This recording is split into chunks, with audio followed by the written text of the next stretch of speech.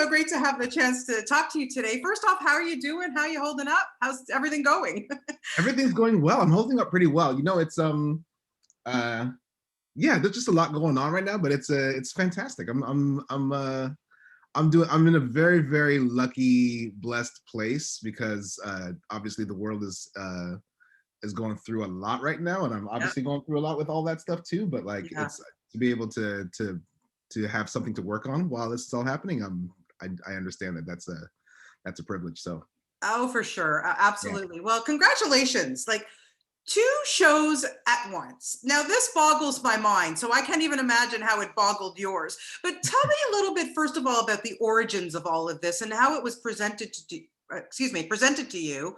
And then, what were you thinking before it even all got started?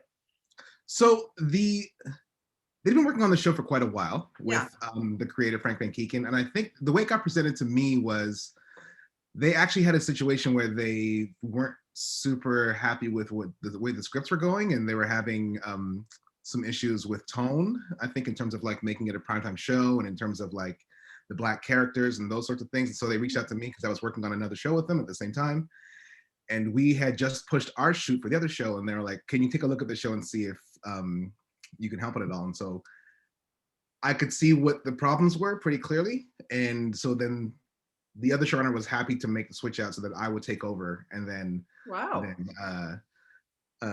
yeah, so then they left and I came in, and then it was very quickly we had to shoot. I took over like about 5 weeks before we started shooting, and we had to Wow. rewrite all the That's not a scripts. lot of time. No, it's not a lot of time when all the scripts really needed to be redone. So Yeah. I had a very strong team of writers that I brought with me, and we just kind of put our heads down for a month and just went, just went ham. We just went crazy, just trying to get these scripts out. And so it's a testament to the fact that a lot of the crew members didn't realize that there was a switch in the last minute. They were like, "Oh, we thought you guys were working on these for a long time." We were like, Yeah. "No, we we've been here almost as long as you have." So, That's but amazing. the thing that I loved, the reason why I did it, the reason why I was like, okay, I do feel like it's worth it to step in and do all this work is because the concept was great. The idea of doing two shows that were basically a spin-off, an immediate spin-off of a show that you were doing. Exactly. I was like, they kind of do this thing in the world where there's always like a TV show and then there's web content, but it was kind of like, instead of doing the TV show and web content, you're doing TV show and another TV show. Yeah. So I was interested in that. I was interested in the characters. I honestly, I thought they deserved, the characters I thought deserved more cool things to do. So I was happy to kind of bring in some writers who could help me make them really shine. Yeah, but what's really cool about it too, I mean, you've got the Parker Andersons, you've got the family. So we meet the family. And Yep. then you've got the spin-off of Amelia. And what's cool about it is that they really both do appeal to families. Like even though Amelia might appeal to more teen, more her age group, but parents can still sit and watch together. You know what I mean? And I think that that's really cool. I think that's something that's really lacking these days. What do you feel? I agree. Like, one of the things that I like to do, whether I'm making kid shows or adult shows, I like to make them feel like anyone can watch them. And I know that's a big thing for BYUTB. They want to really get back to the thing where families can sit around the television and not worry about what's about to pop onto their screen. They're going to Yeah. be okay watching it with the whole family. And the challenge I found with Amelia Parker Innocence, there's so many access points for everybody because there's a lot of different ages, a lot of different people. With Right, Amelia Parker, right.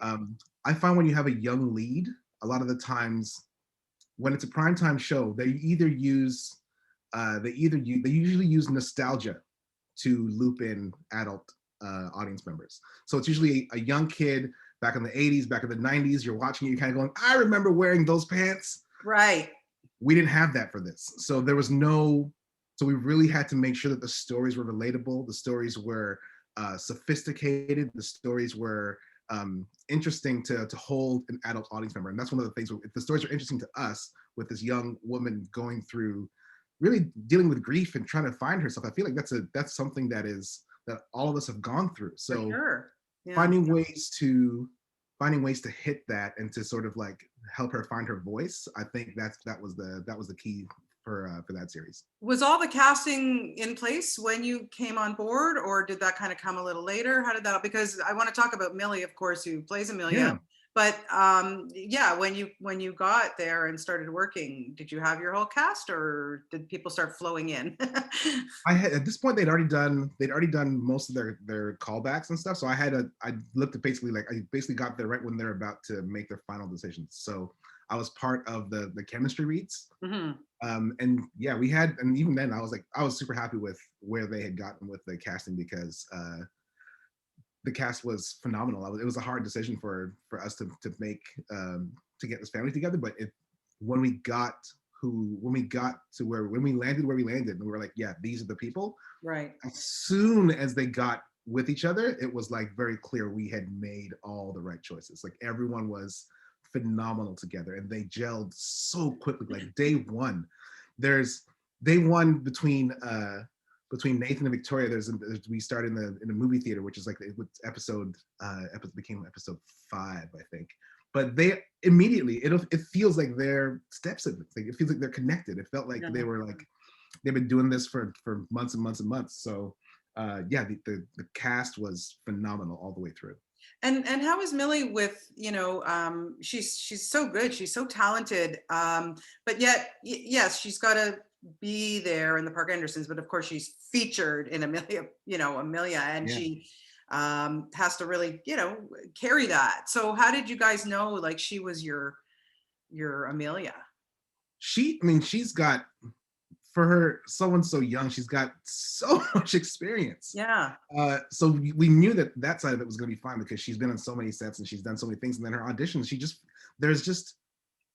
she brings such a grounded reality to everything that she does that she immediately we were like, okay, this is going to be fine. And what was interesting when we were doing the casting, we were trying to figure out because when you're an actor, like a lot of times with young actors, the reactions are the things that are hardest to get because they're kind of like, I'm going to zone out, do my line, zone out, do my line. Yeah. Not with Millie. She's on it the entire time. She's always engaged. You can always count on her to cut to her and be like, oh, she's going to be in the scene, and you can find a great reaction. And it's funny because all she had to do was reactions and kind of like figuring out ways to communicate without using her voice. And I know that was a challenge for her, but she really stepped up to it. And then of course she has all those pieces to camera that she had to do. And for a young actor to memorize that much, because we did a bunch of them, like each episode we would do them all like in like half a day. So she had like all of them, excuse me, she had all of them memorized. And to be able to, wow, to be able to like not only get the performance, but have them all memorized and everything, and just like on top of all the technical things you have to do as an actor, like stand here, this is your light, like all that stuff, like it was amazing to watch her work. I was like, she's special. yeah. Absolutely. Yeah, fantastic. And also, I was wondering too how challenging it was for you to make sure that the two shows kind of flowed into each other. How challenging or difficult was that? I have a minor in mathematics, so I love puzzles, and I love I'm always doing puzzles. I'm always doing like cryptograms and that kind of stuff. So Yeah. it was a fun game for me. I'll say, like, I mean, it's one of those things where it's like, we have, in my mind, I was like, okay, we have these characters. In Parker Anderson's, we have these stories. Who else do we have that we can use in the Amelia Parker stories? And what would they be doing that day? So we kind of figure out like what the day was and what the stories were for each of the characters. And then we would go in and we would kind of go, okay, A story for Parker Anderson's is this. A story for Amelia Parker is this. We've got 2 different B stories here. Which one would work better with which show? And then we would kind of treat it like that. So we're like, oh, you know what? The B story would work better with Amelia Parker. So let's put that over there with Nathan and Victoria, and let's put the one with Roger and Charlie over here. Like, it was kind of like we were kind of just kind of throwing cards all over the place and just trying to figure things out. So it was a game, really, and we just had to do it very quickly. Yeah, I can. Yeah, really. Wow, I'm already like, oh, I don't know. I'm confused, and I didn't even work on it, but I get it. Like, I guess it all comes together, obviously. Yeah. But Yeah. I'm wondering, from your standpoint, Anthony, are you a fan of somebody like Kenya Barris, who has gone and done stuff like this? Not exactly. Well, now they're all at the same time because he's got so many spin-offs of Blackish, and you've got Grownish, and you've got Mixedish, and I have to say, I think out of the 3, my favorite is Mixedish. I like watching that because I like seeing them as young and then they, like last night's episode, for example, like they dropped in stuff from the future and how it connects, and it's so cool. Are you kind of a fan of his, or do you take anything Oh, from someone absolutely. like him? I mean, Kenya's a king for a reason. You know, I mean, and I have friends who work on Blackish, and so I know that he's not only like one of the funniest people in the world, like Yeah, on TV, but he's also that in person. So, and what he's doing right now in terms of like getting to a place where he can not only create his empire and just kind of create what he's doing for Black voices in America, I think it's phenomenal and amazing. So I'm a huge fan of Kenya. yeah, The the whole thing with like Blackish and Mixedish and Grown, like, I love those too. Like I love, like that's the thing. You create great characters and you want to see more of them. Like right. that's really what it's all about. And so we're just trying to create, as a writer, that's all you're trying to do. Trying to create great characters that are relatable that people want to see more of.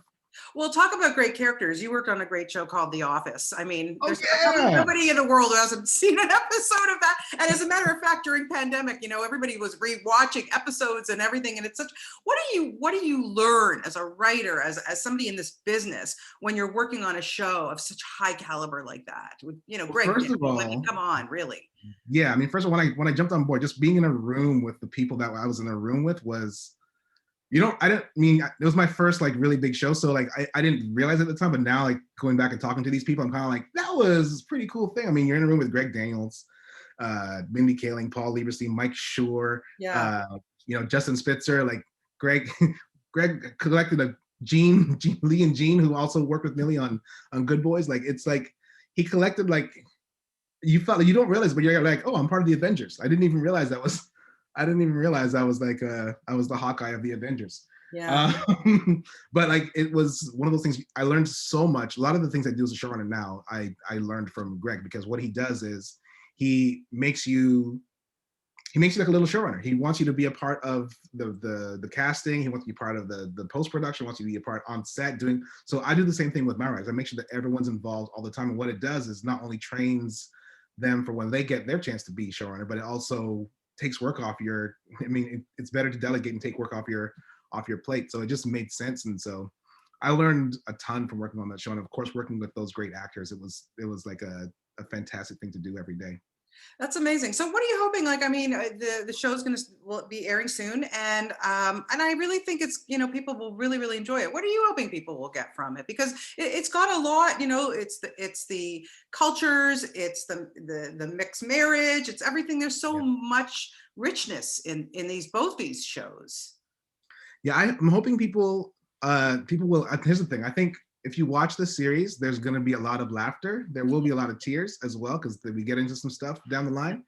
Um, I think if people watch it and they feel like, oh, this is authentic, this is real, this feels like a real family. That's really what I want from it, because I want it to feel. One of the things that I felt like it was lacking initially before I jumped on was it didn't feel authentic. It didn't feel real. It felt like they were kind of like people that were just kind of like, they were kind of like puppets just kind of being thrown Right. around. I didn't want that. And one of the reasons why I made sure that I checked in with the actors a lot to make sure that they were like, oh, how do you feel about this? Does this feel right? This is like, I was always doing that. We were always kind of engaged on that front. So yeah, I feel like if people watch and they go, oh, I'm laughing, I'm attached, I'm engaged, and that's really all I want as a writer. I kind of feel like that's the goal. Well, that's fantastic. Well, congratulations on it. I can't wait to see, how people accept it, and I'm sure they will. It's so much fun, and it is good. The few episodes that I've seen on both. So, congratulations. Thank you for your time today, and best of luck. Fingers crossed with everything, and hopefully we'll be talking to you again soon, Anthony. Thank you for Thank your you time very today. much. Totally my pleasure. Thank you. Have a great day, and best of luck with everything. You too. Okay, take care. Bye bye.